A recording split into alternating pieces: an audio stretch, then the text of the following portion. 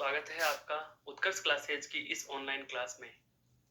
दोस्तों, आज हम हिंदी भाषा के व्याकरण के सबसे बड़े अंक या महत्वपूर्ण इकाई या हिंदी भाषा के व्याकरण की मूलभूत इकाई पढ़ने जा रहे हैं और उस मूलभूत इकाई का नाम है दोस्तों वाक्य। क्या नाम है? वाक्य।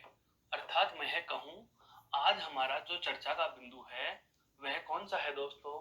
वाक्य। इससे जुड़े कौन कौन से तथ्य आपको सदैव याद रखने हैं? तो देखो, सबसे पहली बात, यह भाषा का सबसे बड़ा अंग होता है। यह भाषा का सबसे बड़ा अंग होता है। प्रश्न आता है बहुत बार, जैसे हमने पूर्व की कक्षाओं में भी चर्चा की थी, वर्ण, शब्द और वाक्य। वर्ण, शब्द और वाक्य, भाषा के जो तीन अंग हैं, इनमें जो सबसे छोटा कौन सा है? वर्ण। और सबसे बड़ा कौन सा है? वाक्य। लेकिन पूछा जाए कि अर्थ के आधार पर सबसे छोटा कौन है, तो अर्थ के आधार पर होता है क्या? शब्द। ठीक उसी प्रकार भाव या भावार्थ के आधार पर अगर आपसे पूछ लिया जाए कि भाव या भावार्थ के आधार पर भाषा की सबसे छोटी इकाई या सबसे छोटा अंग कौन सा होगा, तो दोस्तों उसका जवाब सदैव क्या होगा?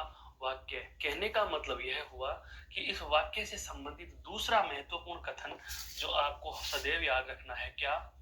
भाव या भावार्थ के आधार पर, भाव या भावार्थ के आधार पर भाषा का सबसे छोटा अंग। क्योंकि भाव या भावार्थ की बात करें तो देखो, वर्ण का तो अर्थ ही नहीं होता, वर्ण का तो अर्थ ही नहीं होता, शब्द का केवल अर्थ होता है, भावार्थ नहीं होता। तो भाव या भावार्थ के आधार पर आपसे पूछ लिया जाए तो भाव या भावार्थ के आधार पर भाषा का सबसे छोटा अंग कौन सा होगा दोस्तों, तो आप अपना जवाब देंगे क्या? भाव या भावार्थ के आधार पर भाषा का सबसे छोटा अंग क्या होता है? वाक्य। और यदि आपको कोई शर्त नहीं देता, केवल सबसे बड़ा अंग पूछे, तो सबसे बड़ा अंग भी क्या होगा? वाक्य होगा। अब बात आती है कि वाक्य की परिभाषा क्या बनेगी। वाक्य की परिभाषा क्या बनेगी? तो देखो, इसकी हम परिभाषा को जानेंगे। इसकी परिभाषा के लिए हम क्या कहें?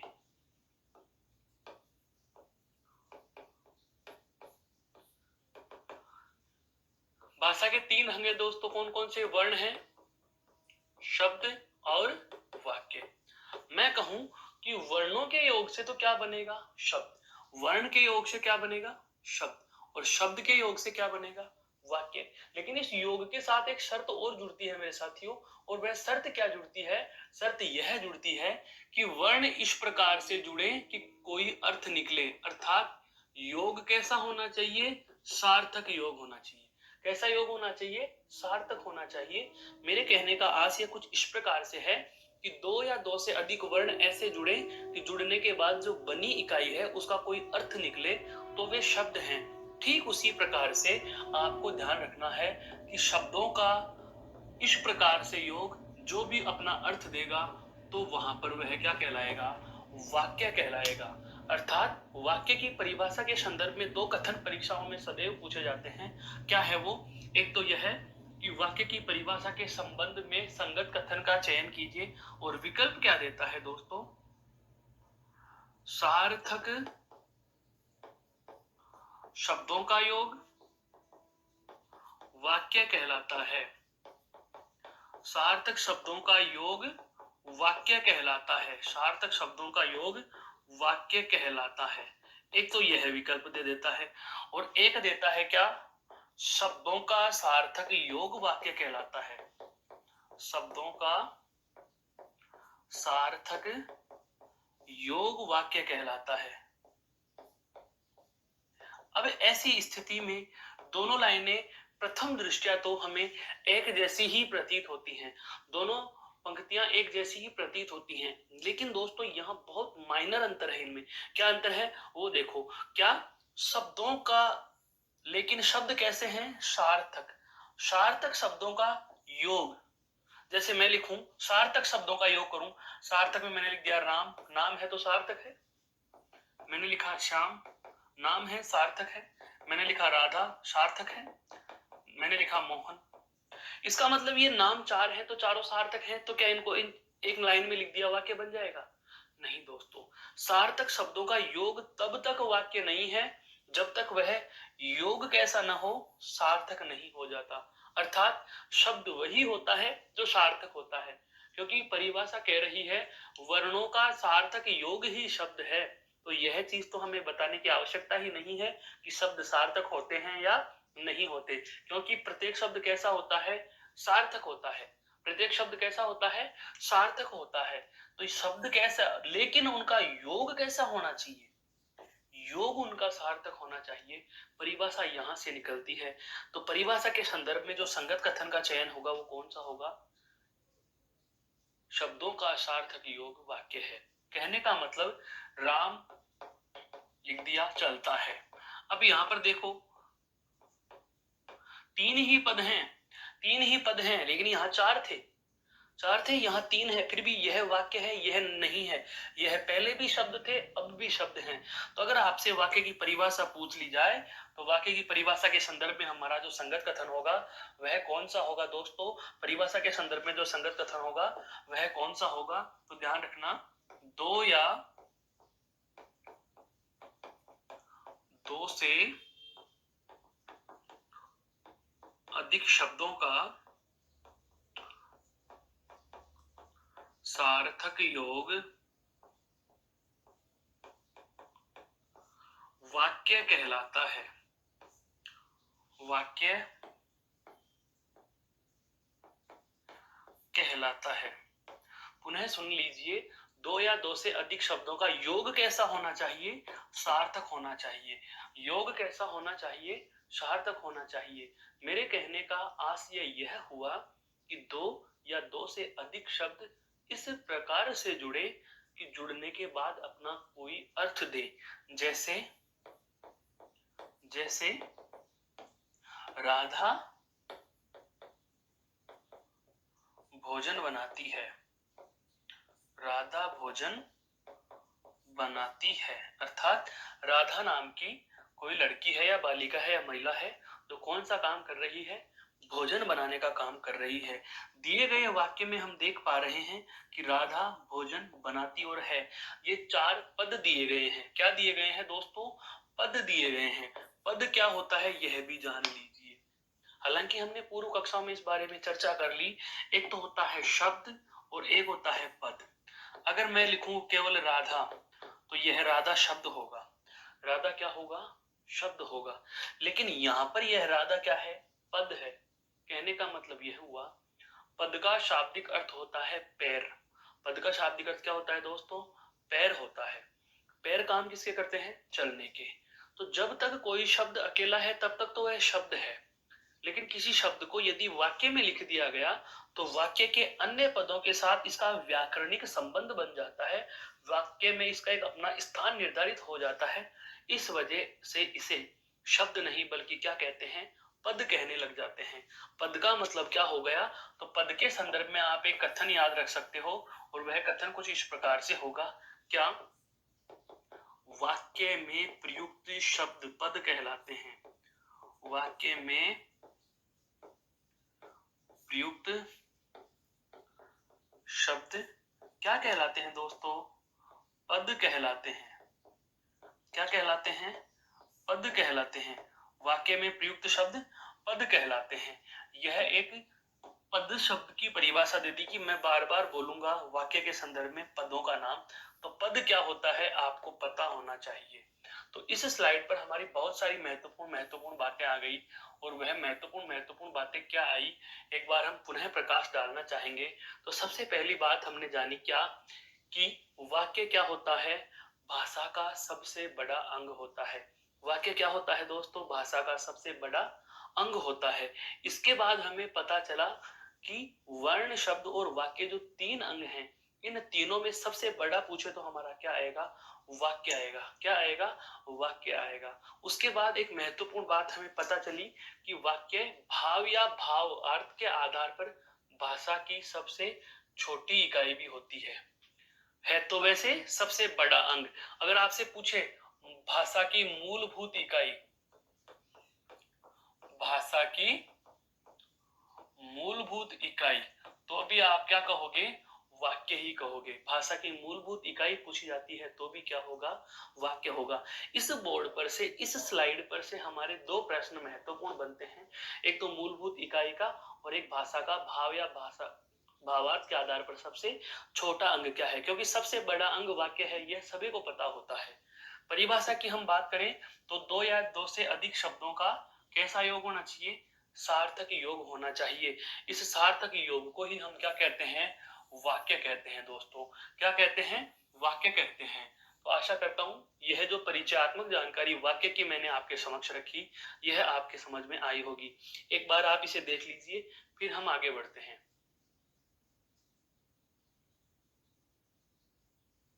अब दोस्तों, वाक्य के परिचयात्मक विवरण के बाद हमारा अगला जो प्रश्न आता है वह आता है क्या? वाक्य के प्रकार का। क्या आता है दोस्तों? वाक्य के प्रकार। और सीधे ही आपको प्रकार नहीं बताने होते हैं। ऐसे ही वाक्य के प्रकार के लिए अगर आपसे प्रश्न पूछा जाएगा तो आधार देगा, बेस के आधार पर पूछेगा, किस आधार पर कितने प्रकार हैं। समझ में आया? तो जैसे सबसे पहले हम बांटेंगे क्या? रचना के आधार पर या बनावट के आधार पर, आप कह सकते हो संरचना के आधार पर। तो रचना, संरचना या बनावट के आधार पर वाक्य के प्रकार। तो इस आधार पर वाक्य के कितने प्रकार होंगे दोस्तों? 3। कितने होंगे? 3। इसके बाद हम चर्चा करेंगे अर्थ के आधार पर, और अर्थ के आधार पर वाक्य के 8 प्रकार हम पढ़ने वाले हैं। लेकिन हमें यही ध्यान रखना है कि यदि आपको पूछ लिया जाता है रचना, बनावट या संरचना के आधार पर वाक्य के कितने प्रकार होंगे, तो दोस्तों इसका सदैव जवाब क्या आता है? 3 प्रकार होंगे। कौन कौन से होंगे 3 प्रकार? देखो, सबसे पहला आता है सरल या साधारण वाक्य। सबसे पहला कौन सा आता है? सरल या साधारण वाक्य। दूसरा आता है साथियों संयुक्त वाक्य। और तीसरा आता है दोस्तों मिश्र वाक्य। तीसरा क्या आता है? मिश्र वाक्य। इन तीनों की हम चर्चा करने वाले हैं अब। तो सबसे पहले हम बात करें वाक्य के प्रकार की, तो वाक्य के रचना या बनावट या संरचना के आधार पर कितने प्रकार होते हैं? 3। जानकारी के लिए आपको यह भी मैं साथ ही बता देना चाहूंगा, क्या अगर आपसे पूछा जाता है कि संरचना या रचना या बनावट के आधार पर, तो आपने 3 बता दिए, लेकिन यदि अर्थ के आधार पर पूछे जाएं, अर्थ के आधार पर, अर्थ के आधार पर वाक्य के प्रकार पूछ लिए जाएं, तो अर्थ के आधार पर वाक्य के प्रकार सदैव कितने होंगे दोस्तों? 8 होंगे। कितने होंगे दोस्तों? 8 प्रकार होते हैं, जिनकी हम चर्चा बाद में करेंगे। पहले हमारी जो चर्चा का विषय है यह कौन से हैं? साधारण, संयुक्त और मिश्र वाक्य को हम चर्चा में लेना चाहेंगे। तो हम बात करते हैं अब वाक्य के प्रकारों की। तो सबसे पहले वाक्य के प्रकारों में हम चर्चा करेंगे आपके साधारण वाक्य की। इसकी चर्चा करेंगे दोस्तों, साधारण वाक्य की चर्चा करेंगे। देखो, साधारण वाक्य क्या होता है? सरल कह दो या साधारण कह दो। सरल या साधारण वाक्य। सरल या साधारण वाक्य क्या होता है? ध्यान दीजिए, वह वाक्य जिसमें एक उद्देश्य तथा एक ही विधेय हो। वह वाक्य जिसमें एक उद्देश्य तथा एक ही विधेय हो, उसे सरल वाक्य कहते हैं। उसे क्या कहते हैं साथियों? सरल वाक्य कहते हैं। मेरे कहने का आशय आप पुनः सुनिए। इस परिभाषा में 2 नई चीजें हमारे समक्ष उपस्थित हो गई। क्या? कि उद्देश्य क्या होता है और विधेय क्या होता है। यदि हमें यह पता चल जाए तो हम गिन लेंगे कि एक है या एक से ज्यादा है। तो पहले इस परिभाषा से हम जानना चाहेंगे कि उद्देश्य क्या चीज है और विधेय क्या चीज है। इन दोनों को समझने के लिए हम त्रिभाषा शब्द सूत्र पे जाते हैं। आपने बहुत बार देखा सुना है कि वाक्य में हमें कर्ता, कर्म और क्रिया मिलते हैं। वाक्य में हमें तीन चीजें मिलती हैं, एक कर्ता मिलता है, एक कर्म मिलता है और एक क्या मिलती है दोस्तों, क्रिया मिलती है। क्या मिलती है? क्रिया मिलती है। तो जो वाक्य का कर्ता होता है साथियों, इस कर्ता को क्या कहा जाता है? उद्देश्य कहा जाता है। क्या कहा जाता है? उद्देश्य कहा जाता है। कहने का मतलब यह हुआ कि वाक्य में प्रयुक्त कर्ता ही वाक्य का उद्देश्य होता है और उद्देश्य के बारे में जो कोई बात कही जाती है वह विधेय कहलाती है। वह क्या कहलाती है? विधेय कहलाती है। तो उद्देश्य के बारे में क्या कहा जाएगा? कर्म और क्रिया। तो अर्थात ये दोनों के दोनों किस में गिने जाएंगे? विधेय में गिने जाएंगे। किस में गिने जाएंगे दोस्तों? विधेय में गिने जाएंगे। उदाहरण समझो, मैंने लिखा राम पुस्तक पढ़ता है। मैंने लिखा राम पुस्तक पढ़ता है। दोस्तों पढ़ना तो क्या है? उसकी क्रिया। पढ़ना तो क्या है? उसकी क्रिया है। पुस्तक क्या है यहाँ पर? कर्म। पुस्तक क्या है यहाँ पर? कर्म। राम क्या है वाक्य का? कर्ता। अब सुनना, मैंने क्या कहा? वाक्य का कर्ता ही क्या होता है? उद्देश्य। अर्थात आप कह सकते हो कि राम ही क्या है? उद्देश्य। अब इस राम के बारे में क्या कहा गया? राम के बारे में यह कहा गया है कि यह पुस्तक पढ़ता है। क्या कहा गया? यह पुस्तक पढ़ता है। तो जो उद्देश्य के बारे में कथन कहा जाता है उसे ही क्या कहा जाएगा? विधेय कहा जाएगा। क्या कहा जाएगा? विधेय कहा जाएगा। यहां तक समझ में आई दोस्तों बात? अब इसी में एक लाइन और समझो। मैं कहूं मोहन का भाई राम धार्मिक पुस्तक ज्यादा पढ़ता है। मोहन का भाई राम धार्मिक पुस्तक ज्यादा पढ़ता है। अब ध्यान देना, यहां पर भी वही बात। पढ़ना तो क्या है दोस्तों? पढ़ना तो क्या है? उसकी क्रिया। ज्यादा शब्द क्या है यहाँ? क्रिया विशेषण। ये सारी बातें हम पढ़ चुके हैं, बस इनको एक वाक्य में बांध दिया दोस्तों। है क्या पढ़ता है? पुस्तक। तो आप कह दोगे कर्म। धार्मिक शब्द पुस्तक की विशेषता बता रहा है कि पुस्तक कैसी है? धार्मिक है। तो इसे हम कहेंगे क्या? विशेषण। क्या कहेंगे? विशेषण। क्यों?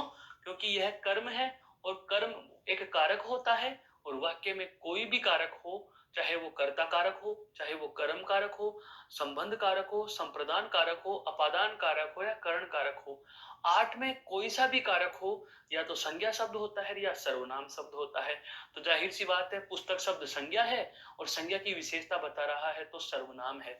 अब वाक्य में ये लिखा गया है तो इसे हम क्या कहेंगे? कर्म की विशेषता बता रहा है, अर्थात इसे कह सकते हैं कर्म का विस्तारक। जैसे कि यह क्रिया विशेषण है, इसे आप क्रिया का विस्तारक भी कह सकते हो। कौन पढ़ रहा है पुस्तक दोस्तों? राम। तो राम क्या हो जाएगा? वाक्य का कर्ता। राम क्या हो जाएगा? वाक्य का कर्ता हो जाएगा। तो मोहन का भाई, जैसे मान लीजिए दो राम हो, एक तो है सोहन का भाई और एक है मोहन का भाई। मैं कहूं राम पुस्तक पढ़ रहा है, आप कहेंगे कौन सा? कौन सा राम? राम तो दो हैं। फिर मैंने उसकी स्पेशल पहचान बनाने के लिए कहा कि जो मोहन का भाई है ना वह, अर्थात यह कर्ता की पहचान निश्चित कर रहा है, इसलिए इसे क्या कहा जाएगा? कर्ता का विस्तारक कहा जाएगा। क्या कहा जाएगा दोस्तों? कर्ता का विस्तारक कहा जाएगा। हम बात उद्देश्य और विधेय की करेंगे, लेकिन उससे पहले मैंने आपको यह चीज बता दी है कि उद्देश्य क्या होता है और विधेय क्या होता है। उद्देश्य होता है वाक्य का कर्ता और विधेय होता है कर्ता के संबंध में कहा गया कथन। अर्थात कर्ता को हम उद्देश्य कहेंगे और कही गई बात क्या होती है? कर्म और क्रिया। तो कर्म और क्रिया किस में आते हैं? विधेय में आते हैं। अब यदि आपके कर्ता, कर्म और क्रिया, इनके साथ इनके विशेषण या विस्तारक जुड़े हों, जैसे ऊपर वाक्य में जुड़े हुए हैं, कर्ता के साथ कर्ता का विस्तारक भी है, कर्म के साथ कर्म का विस्तारक है और क्रिया के साथ क्रिया का विस्तारक है। तो यदि विस्तारक भी साथ लिख दिए जाते हैं तो जिसमें मूल शब्द शामिल होगा उसी में उसका विस्तारक शामिल होगा। मेरे कहने का आशय यह हुआ कि यदि कर्ता उद्देश्य होता है तो कर्ता का विस्तारक भी उद्देश्य में गिना जाएगा। यदि कर्म और क्रिया विधेय होती है तो कर्म और क्रिया के विस्तारक भी किसमें शामिल हो जाएंगे दोस्तों? विधेय में शामिल हो जाएंगे। तो अब हम उद्देश्य और विधेय को परिभाषित करेंगे। तो परिभाषा कुछ इस प्रकार से बनेगी, क्या? वाक्य में प्रयुक्त कर्ता को उद्देश्य कहा जाता है। वाक्य में प्रयुक्त कर्ता को उद्देश्य कहा जाता है। उद्देश्य के अंतर्गत कर्ता व कर्ता का विस्तारक शामिल किया जाता है। कर्ता व कर्ता का विस्तारक शामिल किया जाता है। महत्वपूर्ण बात बस यही है।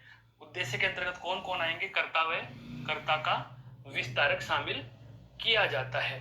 अब बात आ जाती है विधेय किसे कहा जाए। तो विधेय क्या होता है दोस्तों? कर्ता के बारे में जो भी कहा गया। राम क्या कर रहा है? पुस्तक पढ़ रहा है। तो कर्ता के अर्थात उद्देश्य के संदर्भ में, क्योंकि हमें पता चल चुका कर्ता को हम क्या कहेंगे? उद्देश्य। तो सीधे ही लिख दूंगा क्या कि उद्देश्य के संदर्भ में या उद्देश्य के संबंध में लिख दो। उद्देश्य के संबंध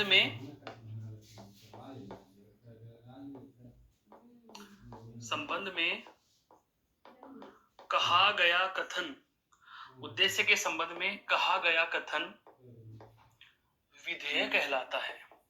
क्या कहलाता है दोस्तों? विधेय कहलाता है। विधेय कहलाता है।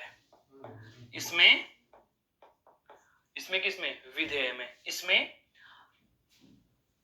क्रिया प्लस क्रिया का विस्तारक तथा कर्म व कर्म का विस्तारक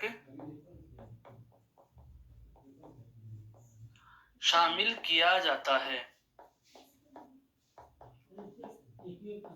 यही तो हमने इतनी देर तक पढ़ा दोस्तों कि कर्ता किसे कहेंगे और कर्म क्रिया क्या होंगी। कर्ता को हम उद्देश्य में गिनेंगे, कर्म और क्रिया को हम किस में गिन देंगे? विधेय में गिन देंगे। कहने का मतलब यह हुआ कि विधेय में कौन कौन सी चीजें आती हैं, यह बातें आपके लिए जानना आवश्यक है। अब हमें पता चल चुका कि उद्देश्य क्या होता है और विधेय क्या होता है। और जब हम उद्देश्य और विधेय ही पहचानना सीख गए तो दोस्तों कहाँ दिक्कत आएगी यह गिनने में कि उद्देश्य एक है या नहीं है, विधेय एक है या नहीं है। तो जो हमारा साधारण वाक्य की परिभाषा कह रही थी क्या कि वह वाक्य जिसमें एक उद्देश्य तथा एक ही विधेय, एक उद्देश्य तथा एक ही विधेय हो, वह सरल या साधारण वाक्य होता है। जैसे हम बात करें उदाहरण की, जैसे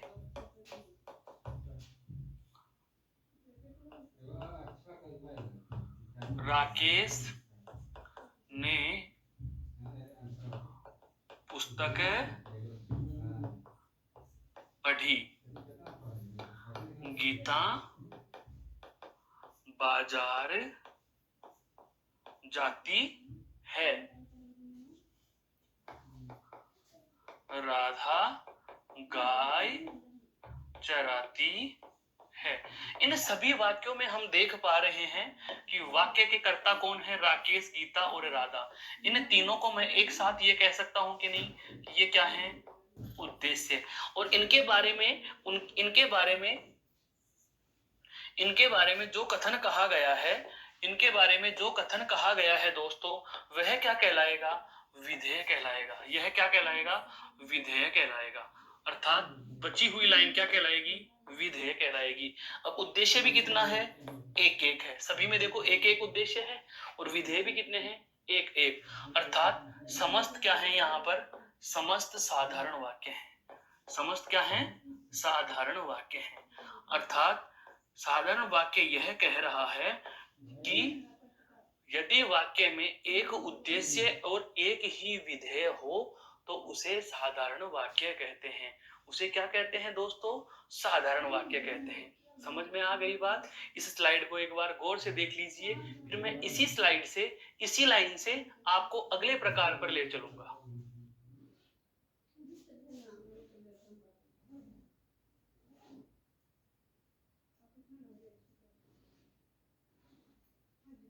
यह तो हमारा साधारण वाक्य है, यह तो हमारा कौन सा है, साधारण वाक्य। अब उदाहरण के लिए मान लीजिए मैं इन दोनों लाइनों को एक साथ लिख दूं, कैसे लिख रहा हूं वो जानो एक बार। मैंने कहा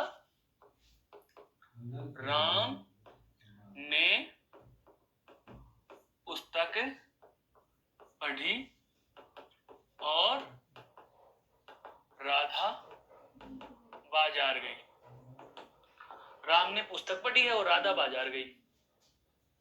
यहां ध्यान देने वाली बात यह है, यह कौन है दोस्तों, कर्ता। पुस्तक पढ़ी कर्म और क्रिया, ये दोनों क्या कहलाएंगे, विधेय। और यहां पर क्या है, उद्देश्य।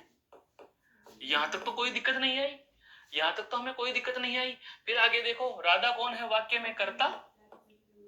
कहां गई है, बाजार। यह अधिकरण हो गया, या आप कह सकते हो कर्म का, क्रिया का विस्तारक, क्योंकि स्थानवाचक क्रिया विशेषण है ना। जाना क्या है उसकी, क्रिया। तो क्रिया और क्रिया का विस्तारक तो क्या होंगे दोस्तों, विधेय। और कर्ता क्या कहलाएगा, उद्देश्य। हमारे साधारण वाक्य की परिभाषा क्या कह रही है कि उद्देश्य भी एक हो और विधेय भी एक हो तो उसे क्या कहेंगे, सरल कहेंगे। लेकिन यहां पर ध्यान दीजिए, उद्देश्य भी कितने हो गए, यहाँ उद्देश्य कितने हो गए, देखो ये एक और यह दो। विधेय भी कितने हो गए, एक, और यह कितने हो गए, दो। बीच में क्या जुड़ा हुआ है, योजक।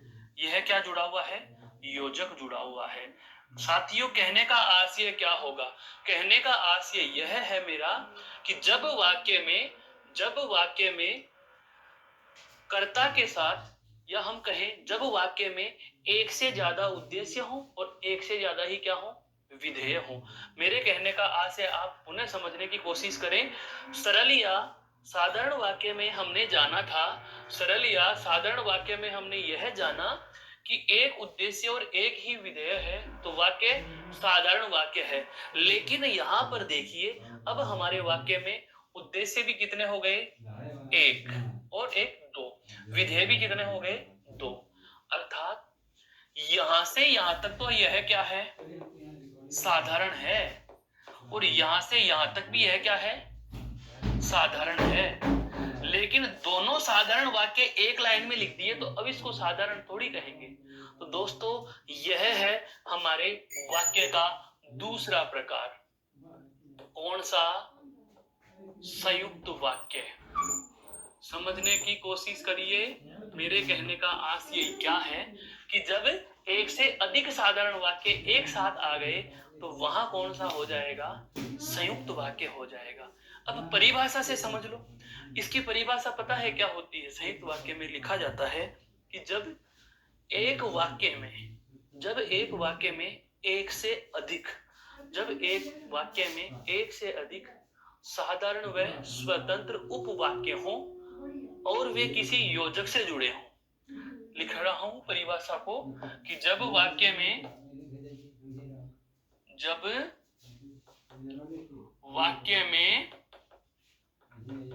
एक से अधिक साधारण व स्वतंत्र उपवाक्य हों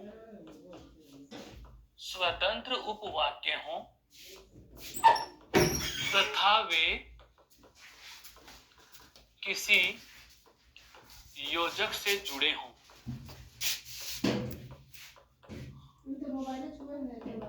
तो वहां जुड़े हुए हैं, जाहिर सी बात है। संयुक्त का मतलब क्या होता है? जुड़ा होना। तो वहां संयुक्त वाक्य होगा, तो वहां संयुक्त वाक्य होगा। मेरे कहने का आशय यह हुआ, इस लाइन को समझते हुए यहाँ हम इसका देखो विवरण प्रस्तुत करते हैं, विवेचन करते हैं। जब वाक्य में एक से अधिक चीजें, समझना दोस्तों क्या लिखी हुई है, एक से अधिक। देखो यहां से लेकर यहां तक पूरी की पूरी लाइन वाक्य है, यहां से लेकर के यहां तक यह पूरी लाइन क्या है? एक वाक्य। लेकिन यह कह दूं मैं कि इस वाक्य का यह एक छोटा भाग है, अर्थात इस पूरे वाक्य को मैंने दो भागों में बांट दिया, तो पूरी की पूरी लाइन तो क्या कहलाती है दोस्तों? वाक्य कहलाती है। लेकिन वाक्य का ठीक छोटा भाग क्या कहलाता है? तो ध्यान रखना दोस्तों, यह उपवाक्य होता है, अर्थात वाक्य का आधा भाग यह उपवाक्य हो गया और यह भी उपवाक्य हो गया। दोनों बातें समझ में आई। अब इसमें और आगे बढ़ो, क्या कहा? एक से अधिक साधारण। देखो यह भी हमें साधारण मिला था और यह भी हमें साधारण मिला था। एक से अधिक साधारण व स्वतंत्र उपवाक्य हो, यह वाली चीज बहुत महत्वपूर्ण है। कैसे होने चाहिए? साधारण भी होने चाहिए और स्वतंत्र भी होने चाहिए। उपवाक्य का मतलब आधा टुकड़ा उपवाक्य है, आधा टुकड़ा उपवाक्य है, और दोनों के दोनों उपवाक्य कैसे हो? साधारण भी हो और स्वतंत्र भी हो। साधारण तो है, पता चल गया, क्योंकि उद्देश्य और विधेय मिल रहा है, उद्देश्य और विधेय मिल रहा है, तो साधारण तो है। स्वतंत्र भी होना चाहिए। स्वतंत्र से आशय यह है कि आप इस लाइन को मिटा देंगे। मान लीजिए मैंने इस लाइन को थोड़ी देर के लिए ये लो जी मिटा दिया, वाक्य का आधा भाग में थोड़ी देर के लिए मान लो मिटा देता हूं। बची हुई लाइन क्या रह गई दोस्तों हमारे पास? बची हुई लाइन क्या रह गई? राधा बाजार गई। वाक्य बन तो रहा है। ये देखो, ये साधारण वाक्य है, राधा बाजार गई। राधा उद्देश्य, बाजार गई विधेय, उद्देश्य और विधेय, ये साधारण वाक्य मिल गया। तो जब वाक्य में अब ऐसा एक ही है, लेकिन एक से अधिक होना चाहिए। देखो एक से अधिक, यह तो एक ही है, तो अब हमें एक से अधिक चाहिए। अब हमें दोस्तों एक से अधिक चाहिए, तो देखो एक और एक दो हो गए। तो जब वाक्य में एक से अधिक साधारण और स्वतंत्र का मतलब जब वाक्य के आधे भाग को हटा दो या एक उपवाक्य को हटा दो, तो शेष रहे उपवाक्य पर, जब वाक्य के एक उपवाक्य को आप हटा देते हो, तो शेष रहे उपवाक्य पर कोई प्रभाव नहीं पड़ना चाहिए। राम ने पुस्तक पढ़ी, इस बात पर कोई फर्क नहीं पड़ा जब आपने यह लाइन मिटा दी कि राधा बाजार गई। तो यह क्या हो गया? स्वतंत्र उपवाक्य हो गया दोस्तों। यह क्या हो गया? स्वतंत्र उपवाक्य हो गया। फिर अगली बात क्या आ गई? ये किसी योजक से जुड़े होंगे, ये किसी योजक से जुड़े होंगे। योजक देखो यहां पर योजक की बात करें, ये योजक जुड़ा हुआ है, और भी योजक मिल सकते हैं हमें। योजकों की बात करें तो संयुक्त वाक्य में कौन कौन से योजक मिलते हैं? तो देखो योजक आते हैं और, या, अथवा, तथा, एवं, व, लेकिन, किंतु, परंतु आदि। ये इस प्रकार के कोई भी योजक आपको लिखे हुए मिल सकते हैं।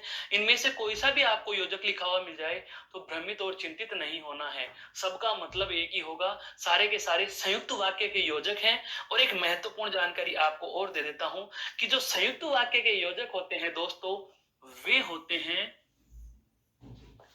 संयोजक समुच्चय बोधक अव्यय। समुच्चय बोधक अव्यय, अव्यय आपके पाठ्यक्रम में है, और समुच्चय बोधक अव्यय के हम बिल्कुल समुच्चय बोधक अव्यय के दो प्रकार करते हैं, एक संयोजक और एक विभाजक। तो ये कौन से हैं? संयोजक समुच्चय बोधक अव्यय हैं। जब हम अगला प्रकार पढ़ेंगे मिश्र या मिश्रित वाक्य, तो उसके जो योजक होते हैं वे क्या होंगे? विभाजक समुच्चय बोधक अव्यय। तो ध्यान रखना, एक तो होते हैं संयोजक समुच्चय बोधक अव्यय, और एक होते हैं कौन से? विभाजक समुच्चय बोधक अव्यय। विभाजक समुच्चय बोधक अव्यय।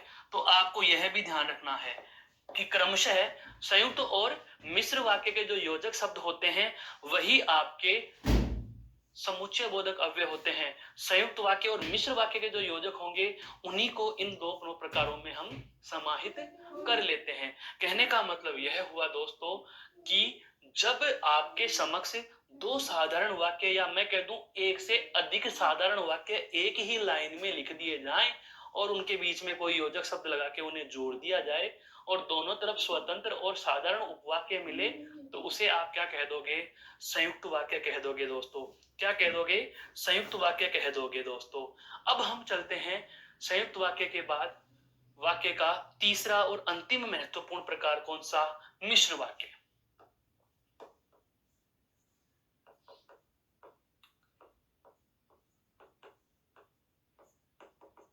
मिश्र वाक्य के लिए क्या कहा जाता है वो समझो। जब किसी वाक्य में आधा उपवाक्य, तो उपवाक्य आपके समझ में आया, अभी अभी बताया था, ये रहा उपवाक्य। पूरी की पूरी लाइन तो क्या कहलाती है दोस्तों? वाक्य कहलाती है। पूरी की पूरी लाइन तो क्या कहलाती है? वाक्य कहलाती है। तो वाक्य का आधा भाग क्या होता है? उपवाक्य। फिर आधा भाग क्या होता है? उपवाक्य। फिर आधा भाग क्या होगा? उपवाक्य। तो जो मिश्र वाक्य होते हैं उसमें क्या होता है, जैसे एक उपवाक्य यहां पर आया, फिर एक उपवाक्य आ गया, फिर एक उपवाक्य आ गया। तो जो ये उपवाक्य होते हैं इनमें एक तो क्या हो दोस्तों? प्रधान हो। एक तो क्या हो? प्रधान उपवाक्य हो। और बाकी सभी क्या होते हैं दोस्तों? आश्रित। बाकी सभी क्या होते हैं दोस्तों? आश्रित। और भी होगा तो वह भी क्या होगा? आश्रित। जैसे हम बात करें संयुक्त वाक्य में तो वे क्या है? स्वतंत्र हैं। एक को मिटाने पर दूसरे पर कोई प्रभाव नहीं पड़ा। लेकिन जब आप आश्रित की बात करते हो तो प्रधान को हटा दोगे तो आश्रित अपने आप ही निपट जाएंगे। जैसे यह तो हो गया प्रधान, यह क्या है? आश्रित। यह क्या है? आश्रित। अब मैं प्रधान को हटाऊंगा तो ये चीजें नीचे गिरेंगी। आश्रित को हटा दो, इस प्रधान पर कोई असर नहीं पड़ रहा। तो मिश्र वाक्य क्या होगा कि जब वाक्य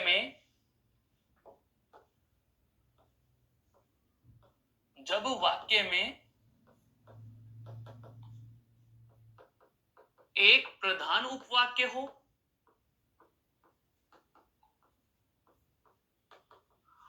और शेष अन्य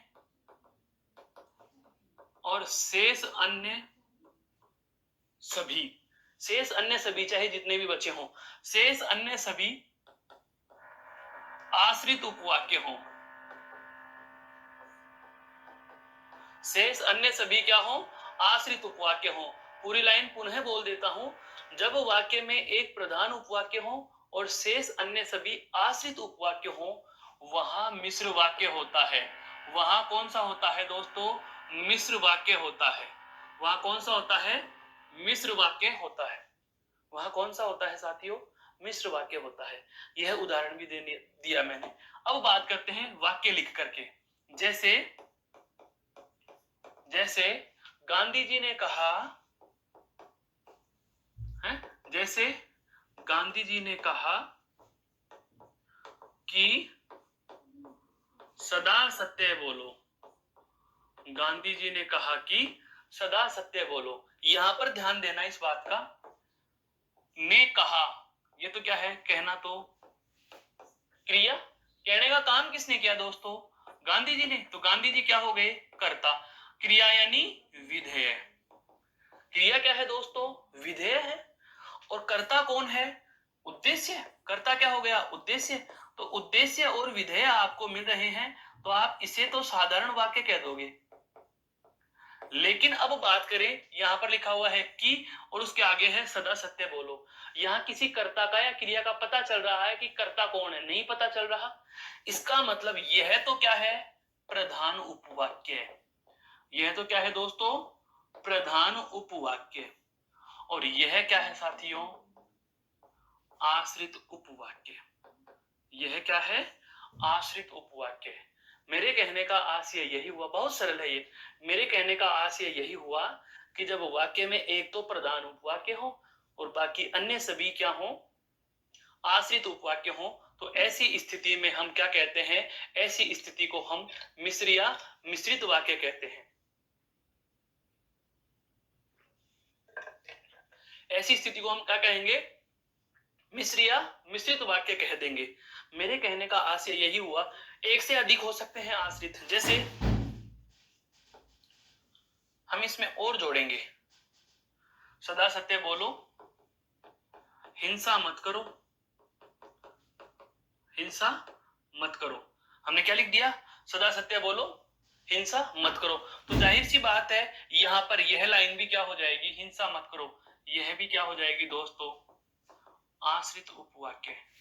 कहने का आशय पूरा सुनना पूरा, कि जब वाक्य में एक तो हो गया प्रधान उपवाक्य और बाकी सारे क्या हो, आश्रित उपवाक्य, इनको क्या कहेंगे, मिश्र वाक्य। और ध्यान रहे मिश्र वाक्य भी योजक से जुड़ते हैं। यहां भी यह क्या है दोस्तों, योजक शब्द है, यह क्या है, योजक। तो मिश्र वाक्य के जो योजक होते हैं वो कौन कौन से होते हैं, उनकी चर्चा हम अब करेंगे। एक बार इस स्लाइड को आप गौर से देख लीजिए।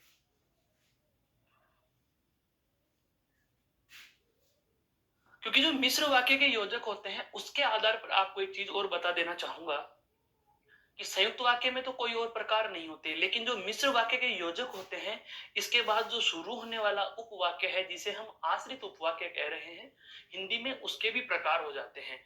आश्रित उपवाक्य के 3 प्रकार होते हैं, संज्ञा आश्रित उपवाक्य, विशेषणाश्रित उपवाक्य और क्रिया विशेषणाश्रित उपवाक्य। तो हम बात करते हैं इन योजकों की, फिर उसके बाद आश्रित उपवाक्य के भेदों की। तो देखो बिंदु हमारा वही चल रहा है, मिश्र वाक्य विशेष हम बात कर रहे हैं, और मिश्र वाक्य विशेष में हम सबसे पहले क्या लिखेंगे, इसके योजक। क्या लिखेंगे, योजक। योजक कौन कौन से हैं, एक तो है की, एक है क्योंकि और क्योंकि, फिर आता है जिसे, जिन्हें, जो, जिन्हें, जिसे, जो, जिनको आदि। फिर एक आता है जैसे, जैसे जैसे, जो, जो जो,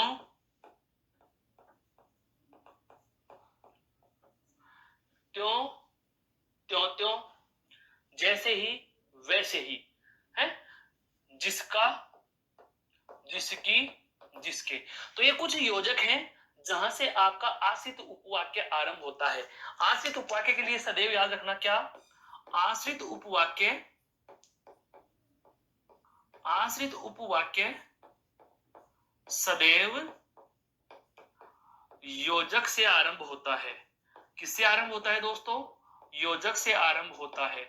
यह लाइन मैंने क्या कही, इसको इस तरीके से देखो, योजक क्या लिखा हुआ है, की, तो की से आरंभ हो रहा है, यह आश्रित है। तो कहने का मतलब क्या हुआ, आश्रित उपवाक्य योजक से आरंभ होता है और इसके 3 भेद होते हैं। इसके कितने भेद हैं, 3 भेद हैं। इसके 3 भेद हैं, और 3 भेद कौन कौन से, सबसे पहला होता है क्या, संज्ञा आश्रित उपवाक्य। दूसरा होता है आपका विशेषण आश्रित उपवाक्य, विशेषण आश्रित उपवाक्य। और तीसरा होता है दोस्तों क्रिया विशेषण आश्रित उपवाक्य। तीसरा क्या होता है, क्रिया विशेषण आश्रित उपवाक्य। पता कैसे लगाएंगे, तो पता लगाने के लिए आपको सिर्फ इतना सा ही ध्यान रखना है कि ये योजक से आरंभ होंगे। अब कौन सा है तो वो भी बता देता हूं। की और क्योंकि से आरंभ होते हैं वे होते हैं आपके संज्ञा आश्रित उपवाक्य। क्या होते हैं दोस्तों, संज्ञा आश्रित उपवाक्य। यदि जिसे, जिन्हें, जो, जिनको, जिसका से आरंभ होते हैं वे हैं आपके कौन से, विशेषण आश्रित उपवाक्य। विशेषण आश्रित उपवाक्य वो क्या है, विशेषण आश्रित उपवाक्य। और शेष रहे कौन से आ जाएंगे दोस्तों, क्रिया विशेषण आश्रित उपवाक्य। क्रिया विशेषण आश्रित उपवाक्य। यह बात समझ में आ चुकी होगी दोस्तों कि इन योजकों को मैंने इस श्रेणी से क्यों रखा था। ये आपके आश्रित उपवाक्य के 3 प्रकारों को भी बता देते हैं और आपके मिश्र वाक्य के सारे योजक भी आपके समक्ष उपस्थित हो जाते हैं। तो यह जो चर्चा रही हमारी महत्वपूर्ण चर्चा रही। यह साधारण सी चर्चा जो हमने आरंभ की थी दोस्तों, कहां से आरंभ हुई थी? वाक्य से आरंभ हुई। और उसके बाद हम सबसे पहले बात कर चुके हैं वाक्य के प्रकार किसके आधार पर? रचना, बनावट या संरचना के आधार पर, जो 3 भेद हैं उनकी। अब हमारा महत्वपूर्ण बिंदु शुरू होता है, जो केवल संख्या ज्यादा है लेकिन बहुत ही सरल और बहुत ही छोटे से हैं, जिन्हें हम अर्थ के आधार पर वाक्य के भेद नाम से पढ़ते हैं। आपको अर्थ के आधार पर जो वाक्य के भेद हैं उनका भी पता होना चाहिए। तो दूसरी हेडिंग डाल दीजिए, वाक्य का दूसरा आधार, अर्थात वाक्य के प्रकार हम पढ़ रहे हैं। और वाक्य के प्रकार में अब दूसरा आधार हम ले रहे हैं, वह कौन सा है दोस्तों? वह है अर्थ के आधार पर वाक्य के भेद। अर्थ के आधार पर वाक्य के भेद। अर्थ के आधार पर वाक्य के भेद। और अर्थ के आधार पर वाक्य के भेद, जैसा कि मैंने अभी अभी आपको बताया, कितने होते हैं दोस्तों? 8 होते हैं। कितने होते हैं? 8। संख्या ही ज्यादा है। 8 के 8 प्रकार 8 लाइनों के कैसे हैं? देखो, सबसे पहला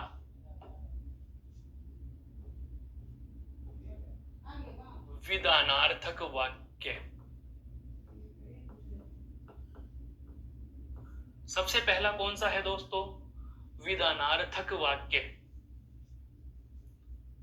दूसरा है दोस्तों आज्ञार्थक वाक्य। दूसरा क्या है?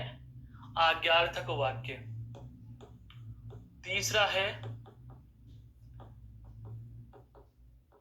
इच्छार्थक वाक्य। चौथा है आपका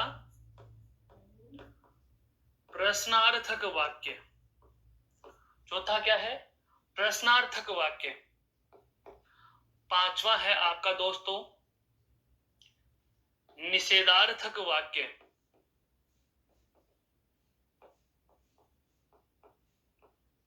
बिल्कुल, इनको हम एक एक लाइन में शॉर्ट रूप में, छोटे रूप में इनको परिभाषित भी करेंगे और इसके साथ साथ हम इनके उदाहरण पर भी चर्चा करेंगे। केवल पहले हम इनके नामों से परिचित हो रहे हैं। पहले हम इनके नामों से परिचित हो रहे हैं दोस्तों। जैसे अगला आता है संदेहार्थक वाक्य। संदेहार्थक वाक्य। फिर आता है दोस्तों आपका संकेतार्थक वाक्य। संकेतार्थक वाक्य। और अंतिम आता है आपका विस्मयार्थक या विस्मय बोधक वाक्य। विस्मयार्थक वाक्य। अब ये क्या करते हैं, क्या होते हैं, हम इनको जानते हैं। सबसे पहले मैं बात करना चाहूंगा किसकी? विधानार्थक वाक्य की। तो विधानार्थक वाक्य क्या होता है? इनके नाम से भी पता चल रहा है, देखो, आज्ञा अर्थक, इच्छा अर्थक है। यहां पर तो क्या है दोस्तों? विधान। यहां पर क्या है दोस्तों? आज्ञा। अगले में क्या है दोस्तों? इच्छा। फिर उसके बाद में क्या है? प्रश्न। क्या है दोस्तों? प्रश्न। फिर उसके बाद में क्या है? निषेध। फिर क्या है? निषेध।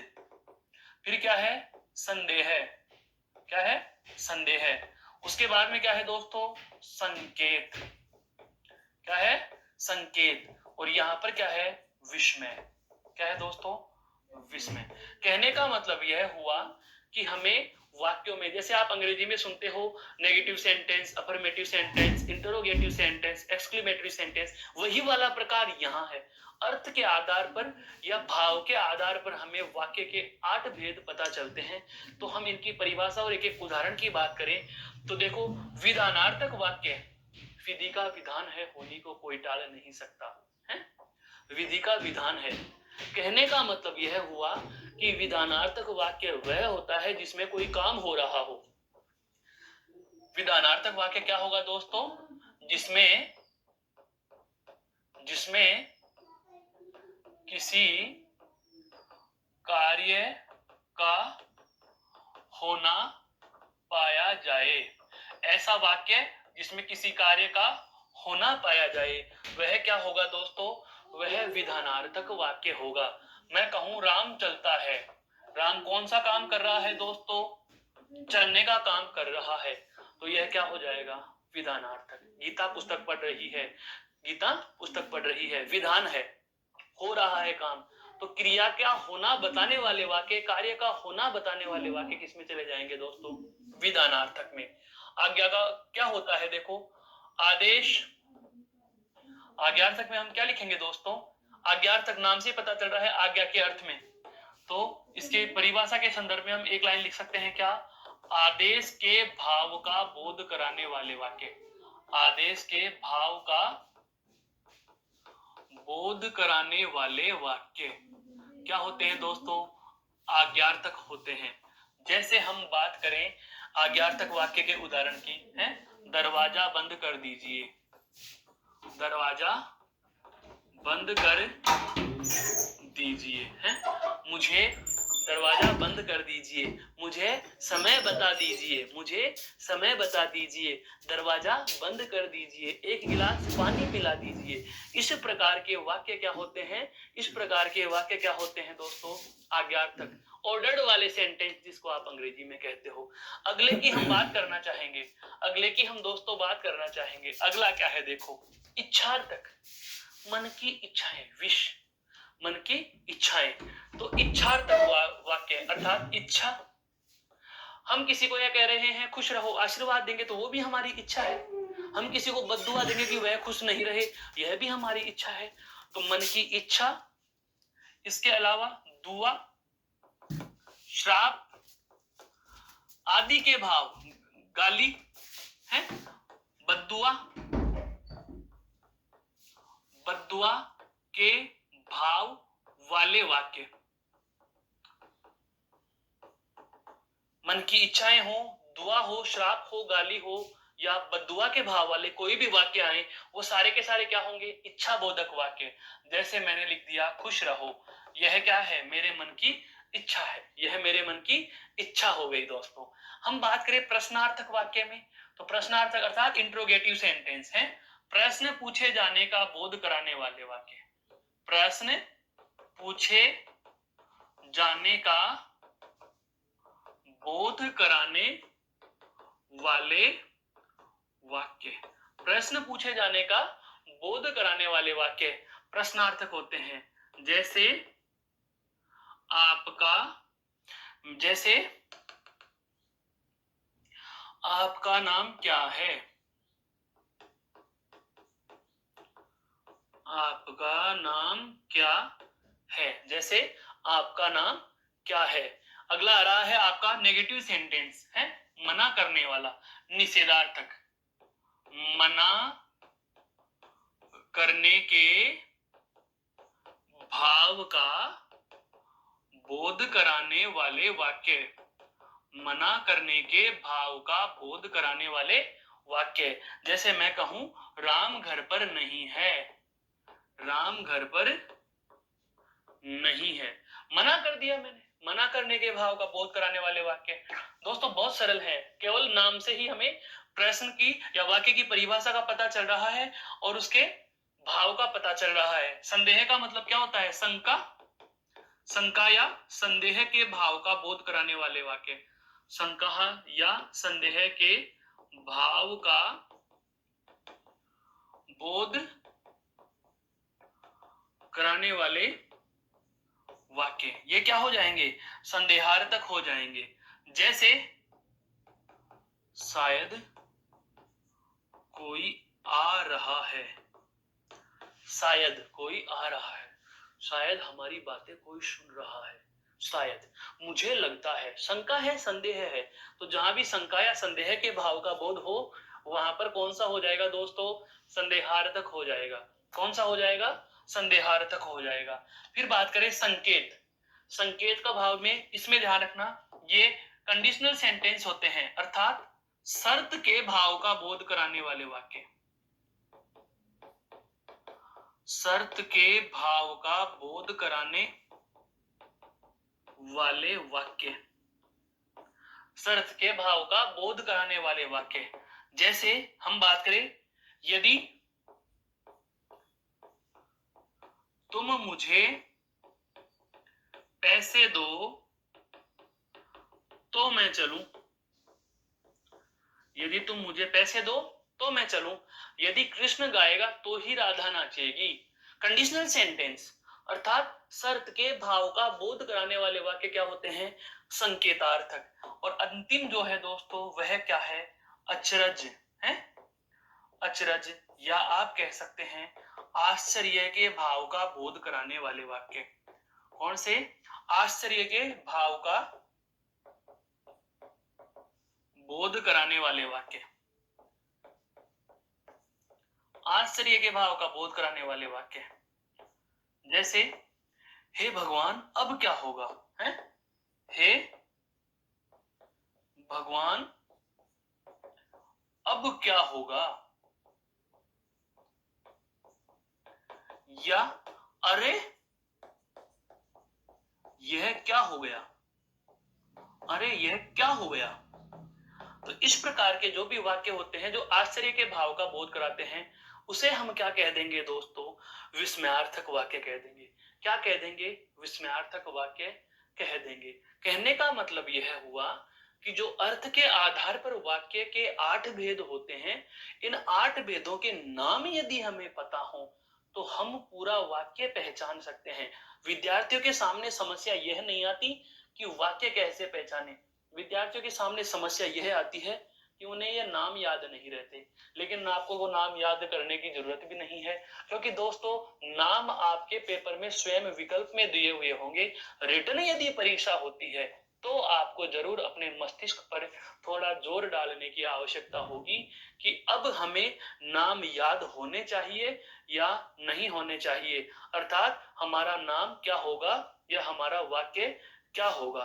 तो इस बात का हमें ध्यान रखते हुए एक बार हम इन्हें पुनः देख लेते हैं कि अर्थ के आधार पर वाक्य के भेद कितने होंगे। तो दोस्तों अर्थ के आधार पर बेसिक से आपके 8 भेद होते हैं। अर्थ के आधार पर आपके बेसिक से कितने भेद होते हैं दोस्तों? 8 भेद होते हैं। और उन 8 के नाम कुछ इस प्रकार से हैं। सबसे पहले हमने लिया कौन सा? संदेहार्थक वाक्य। सबसे पहले हमने क्या ले लिया दोस्तों? संदेहार्थक वाक्य। संदेहार्थक वाक्य या विधानार्थक वाक्य या संकेतार्थक वाक्य, इच्छार्थक, आज्ञार्थक, निषेधार्थक और प्रश्नार्थक। तो ये जो 8 नाम हैं इनमें क्या होगा? आपको समय, शर्त, शंका, मना, प्रश्न, इच्छा, आदेश।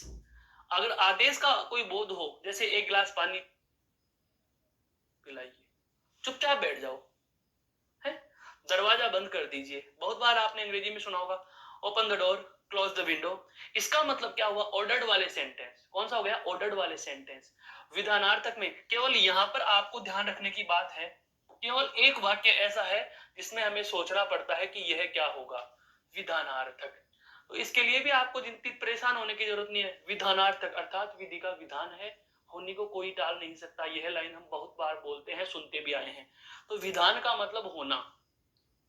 विधान का मतलब क्या होता है दोस्तों? होना।